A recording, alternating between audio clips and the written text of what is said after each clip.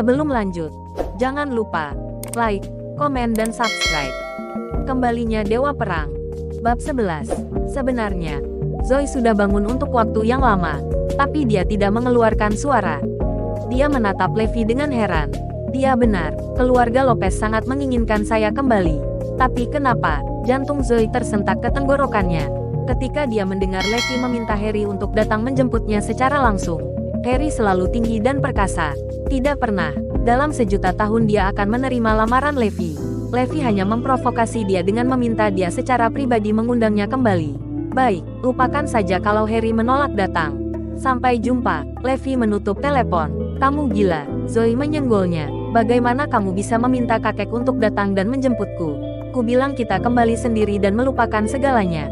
Sepertinya ada sesuatu yang sangat serius yang terjadi berdasarkan nada bicara mereka.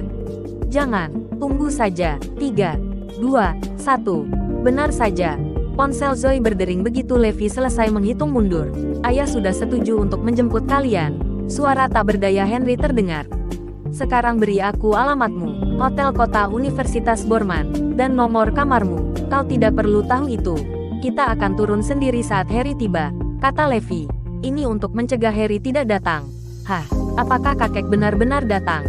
Setelah hidup dalam bayang-bayang Harry, sejak dia masih kecil, Zoe ketakutan sampai ke sol sepatunya. Apa yang membuatmu tersinggung? Dia di sini untuk mengundangmu kembali, kata Levi dengan senyum di wajahnya. Zoe sangat ketakutan sampai dia melupakan prediksi Levi sebelumnya Harry akan mengundangmu kembali secara langsung. Sekitar setengah jam kemudian, sebuah Mercedes-Benz berhenti di depan hotel. Dengan Harry muncul di depan mereka. Ayo turun. Zoe masih gemetar saat dia memegang lengan Levi, tidak melepaskannya. Ketika Harry melihat Zoe, tanpa sadar dia berteriak, "Zoe, kamu." "Oh, masuk ke mobil. Kakek punya sesuatu yang penting untuk dibicarakan denganmu." Zoe tercengang melihat senyum menyenangkan di wajah Harry.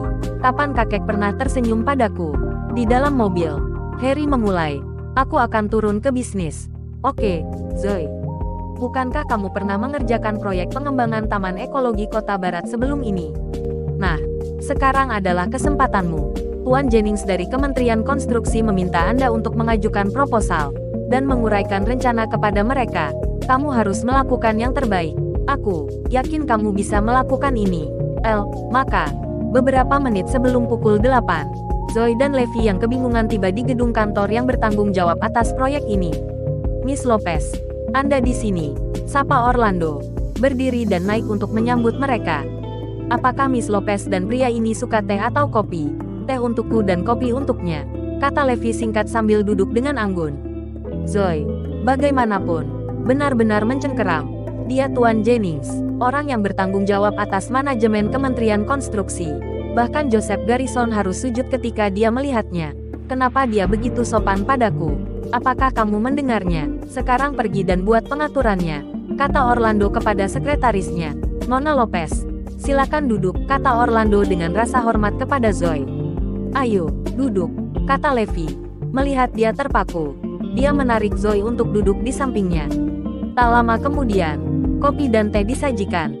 Zoe mengangkat cangkirnya dengan kedua tangannya, masih gemetar sementara Levi menyilangkan kakinya, memperlihatkan sikap seorang tiran. Orlando berdiri di depan mereka seperti pelayan, penuh rasa hormat dan rasa hormat. Dia bahkan tidak berani memata-matai Levi. Dia pria legendaris itu. Sambil menarik napas dalam-dalam, Zoe berdiri dan menyerahkan proposal itu. "Tuan Jennings, saya Zoe Lopez. Senang bertemu dengan Anda. Ini lamaran saya. Silakan lihat." Orlan tertawa. "Kemampuan Anda berbicara sendiri, Miss Lopez. Kami dapat mengesampingkan lamaran itu. Anda memiliki kepercayaan penuh dari kami." Batuk, ketika mata Orlando bertemu dengan mata Levi yang menakutkan. Dia dengan cepat mengambil alih lamaran dan mempelajarinya dengan beberapa pemimpin proyek lainnya. Dengan Zoe menjelaskan di sampingnya. Sekitar setengah jam kemudian, Orlando bangkit dan berkata sambil tersenyum, "Kami benar-benar tentang Anda, Miss Lopez. Ini sempurna." Rencananya adalah 95 dari 100. Setelah merevisi beberapa detail dari akhir kami, itu sempurna sekarang. "Apakah itu berarti kita mendapatkan pekerjaan itu?" Levi bertanya. Orlando ya mengangguk. "Kami menerima 33 dokumen penawaran dari seleksi awal, dan sejauh ini Miss Lopez memiliki skor tertinggi. Kami telah memeriksa kemampuan Imperial Midos Limited dan grup Lopez sebelum ini, dan pada dasarnya kalian memenuhi persyaratan untuk mengambil proyek ini. Sekarang kita hanya harus mengikuti arus dan menandatangani kontrak. 3 hari kemudian, Zoe tahu itu semua dipotong dan dikeringkan. Levi bangkit, menarik Zoe menjauh dan berkata sambil lalu, "Terima kasih." "Apa? Tidak, ini yang harus kita lakukan." Mendengar ucapan terima kasih Levi, Orlando sangat ketakutan hingga hampir ayak. Bahkan setelah keluar, Zoe masih merasa seperti sedang bermimpi. "Zoe, bagaimana?" Harry dan selusin lainnya berkumpul di sekelilingnya. "Kakek, kita lolos seleksi pendahuluan dan nilaiku paling tinggi, 95. Pak Jennings memintaku mampir 3 hari kemudian untuk memperpanjang kontrak. Kami akan bertanggung jawab atas pengembangan proyek ini. Tapi mereka masih melalui proses. Jadi kita harus merahasiakannya." Zoe awalnya ingin mengatakan bahwa dia akan mengerjakan proyek ini sendiri. Tetapi melihat Harry, dia secara bertahap mengubah nada suaranya. "Bagus sekali. Aku sangat bangga. Zoe, kamu adalah pahlawan keluarga Lopez." Harry bersemangat. Begitu pula yang lainnya. Bagaimanapun, itu adalah proyek besar 1 miliar. Sepanjang kenangan Zoe, Harry hanya memujinya 2 kali. Pertama kali adalah ketika dia menikahi Levi, seorang pemula 6 tahun lalu. Dan pujian kali ini terasa tidak nyata baginya. "Zoe, apakah kamu yakin kita mendapatkan proyek ini dan yang harus kita lakukan adalah kontrak 3 hari kemudian?" Harry bertanya lagi, masih merasa sedikit gelisah. Zoe mengangguk. "Ya, kakek, aku yakin." "Oke, itu beban dari pikiranku." Harry menghela nafas lega. Setelah itu, Levi, Zoe, dan keluarga Lopez masing-masing bubar dan pulang. "Itu sangat tidak terduga, Ayah." Henry terkejut. "Kami benar-benar mendapat pekerjaan itu. Saya sudah meminta teman saya untuk menanyakan hal itu kepada Sekretaris Tuan Jennings. Dan itu benar." Wajah Harry bersinar. "Ya, ini adalah kebahagiaan besar bagi keluarga Lopez." "Kakek," kata Samuel, setelah ragu-ragu untuk waktu yang lama, "apakah Anda benar-benar akan memberi Zoe berwenang penuh untuk menangani proyek ini?" "Saya khawatir dengan ambisi pembohong Levi. Proyek ini tidak akan ada hubungannya dengan kami ketika saatnya tiba." Harry tertawa. "Oh, Samuel, aku sudah memikirkannya. Tidakkah kamu mendengarku barusan? Sekarang proyek itu milik kita dan yang kita perlukan hanyalah pembuatan kontrak 3 hari kemudian. Zoe tidak memiliki nilai guna lagi untuk kita. Selain itu, menjebol Imperial Midos Limited kecilnya mengembangkan proyek 1 miliar. Jadi, kalian akan pergi dan artis kontrak 3 hari kemudian. Saya hanya memberi Zoe nominal posisi. Saya tidak bermaksud membuatnya ambil bagian dalam pengembangan proyek ini." Samuel tertawa sinis. "Itu langkah yang buruk, kakek." Bab 12. Kembali ke rumah. Aaron dan Caitlin menatap Levi tidak percaya. "Kau benar, Ayah benar-benar datang untuk mengundang Zoe secara langsung." "Ayah, sepertinya kamu kalah taruhan ini," kata Levi sambil tersenyum. "Tapi bagaimana proyek ini bisa jatuh ke tangan kita? Ada begitu banyak perusahaan yang lebih kuat di luar sana. Mengapa mereka memilih kita?" Aaron berpikir keras. "Ya, mengapa mereka bersikeras meminta saya mengajukan kontrak?" Zoe mengerjap, menunggu penjelasan Levi. Mau tak mau dia berpikir bahwa Levi berada di belakang semua ini. Seolah-olah setiap kata yang dia katakan akan menjadi kenyataan. "Apakah kalian tidak ingat apa yang dikatakan Azure Dragon di jamuan makan malam itu?" Levi bertanya. "Saya mengerti sekarang," kata Harun segera. "Itu semua niat Azure Dragon.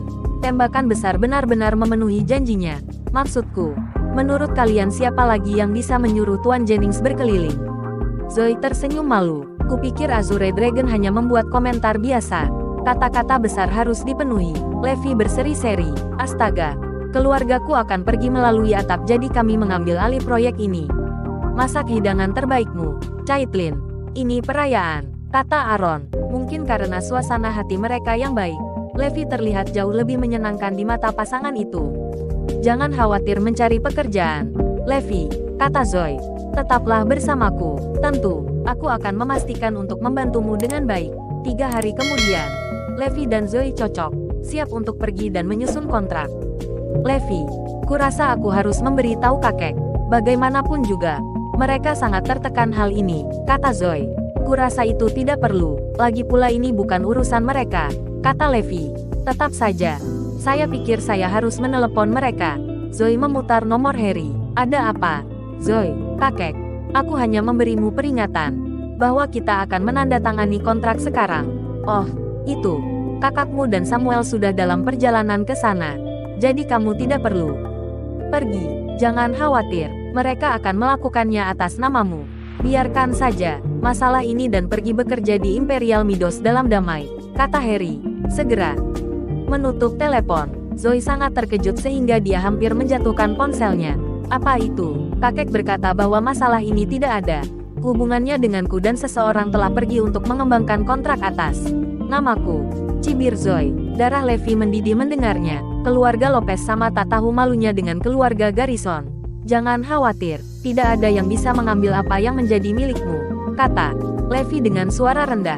Dia berbalik dan menyusun pesan, mengirimkannya langsung ke pimpinan Kementerian Konstruksi. Sementara itu, belasan pengusaha sudah berkumpul di lokasi lelang, menunggu pengumuman hasilnya. Akhirnya, Carlos Wayland, pemimpin wakil Kementerian Konstruksi, yang membuat pengumuman. Dengan ini saya mengumumkan bahwa proyek Taman Ekologi Kota Barat akan dikembangkan oleh Imperial Midos Limited dari grup Lopez. Penonton menjadi gempar mendengar pengumuman Carlos. Tidak ada yang bisa memahami logika di balik kemenangan Imperial Midos. Samuel, Melanie, dan yang lainnya yang pergi sebagai perwakilan dari Imperial Midos berdiri dan menerima ucapan selamat dari orang-orang di sekitar mereka. Bolehkah kami meminta perwakilan Imperial Midos Limited untuk datang ke belakang panggung untuk kontrak-kontrak? Orang yang pada akhirnya bertanggung jawab atas pembelian kontrak masih Orlando Jennings. Wakil ketua tim hanya datang untuk mengumumkan hasilnya. Di mana Bu Zoe? Orlando menatap beberapa dari mereka dengan jijik di matanya. Senang bertemu dengan Anda lagi, Tuan Jennings, sapa Samuel. Zoe saat ini memiliki terlalu banyak di piringnya, jadi dia telah mengirim kami untuk menandatangani kontrak atas namanya. Lagi pula, hasil lelang sudah dibuat dan kami siap mengambil proyek. Apa bedanya siapa yang harus melakukannya dan siapa yang tidak, Pak Jennings? Melanie menyela. Oh, ada perbedaan besar. Temanku, Kekeh Orlando, izinkan saya mengajukan pertanyaan. Misalnya, jika Anda di sini atas nama Miss Zoe untuk menandatangani kontrak, apakah Anda akan menambahkan namanya atau nama orang lain? Aku, Melanie bingung. Tentunya, mereka tidak bermaksud untuk menyembunyikan nama Zoe, tetapi nama Harry. Bukankah Zoe akan menjadi satu-satunya pemilik proyek jika mereka menginginkan namanya? Omong-omong, Tuan Jennings, tambah Son, Anda mungkin tidak menyadari hal ini. Meskipun grup Lopez memiliki banyak anak perusahaan, presidennya adalah Tuan Harry Lopez, yang memiliki kendali mutlak atas semua perusahaan. Kali ini kontrak akan ditandatangani atas nama Tuan Harry, dan Zoe juga telah setuju untuk ini. Orlando menggelengkan kepalanya. Itu tidak akan berhasil. Kami telah menunjuk Zoe Lopez untuk mengawasi proyek ini. Saya tidak tahu siapa Harry Lopez yang Anda beritahu, tetapi karena Anda telah mengatakannya, saya akan menelepon Miss Zoe. Jika dia setuju, saya juga akan menyetujuinya di pihak saya. Ketiganya menjadi bingung sekaligus, mengetahui bahwa Zoe telah disimpan dalam bayangan dan tidak pernah setuju untuk ini. Miss Zoe, bolehkah saya bertanya apakah Anda mengizinkan orang lain untuk memperluas kontrak atas nama Anda dan dengan nama Mer? Harry, Orlando bertanya dengan lugas begitu panggilan tersambung. Setelah mendengarnya, Zoe sadar bahwa proyek itu tidak akan ada hubungannya dengan dia mulai sekarang jika dia memberikan persetujuannya. Dan jika tidak, dia mengira kakeknya akan membencinya seumur hidup. Itu adalah keputusan yang harus dia buat antara kepentingan dan kakeknya. Aku. Zoe ragu-ragu untuk waktu yang lama dan hampir setuju ketika Levi mengambil ponselnya. Tidak, mereka bahkan tidak menelepon. Apa yang terjadi? Lebih buruk lagi, kami akan menyerah begitu saja pada proyek ini. Berikan saja kepada siapapun yang menginginkannya, kata Levi. Menutup telepon, Orlando menatap Samuel dan teman-temannya dengan tatapan maut. Wajahnya muram. Menyadari beratnya masalah ini, mereka menundukkan kepala dan tidak berani membocorkan Orlando. Saya sudah menjelaskan diri saya dengan sangat jelas, bukan? Proyek ini harus diselesaikan oleh Miss Zoe dari awal sampai akhir. Tidak ada orang lain yang bisa menggantikannya. Jika Anda bersikeras, saya hanya bisa menggantikan orang lain. Ada begitu banyak orang yang bisa menangani proyek ini. Dengar, jika Anda menginginkan proyek ini, mintalah Miss Zoe untuk datang dan menandatangani kontrak sekarang. Jika tidak, Kami akan menerimanya karena Anda telah kalah. Mendengar kata-kata Orlando, mereka bertiga berlari seperti angin. Apa? Pasti Zoe. Kupikir siapapun bisa menandatangani kontrak. Harry terperangah saat mengetahuinya. Ayah, apa yang harus kita lakukan sekarang? Tanya Henry. Apakah kita benar-benar harus membiarkan Zoe mengambil alih proyek ini? Tidak ada cara lain. Tapi bahkan setelah Zoe mengambil alih, sebagian keuntungan besar masih ada di tangan kita. Zoe masih mematuhiku. Kita hanya akan memberi mereka sedikit sesuatu ketika saatnya tiba. Imperial Midos Limited tidak mampu mengerjakan proyek ini sendiri. Mereka akan membutuhkan bantuan kita, berkata Harry. Tapi kakek, bagaimana kita akan membuat Zoe menandatangani kontrak? Ini telah terjadi untuk kedua kalinya sekarang. Seseorang bertanya. Huff, aku akan menjemputnya sendiri. Cibir. Harry, saya tidak akan menerima jawaban tidak.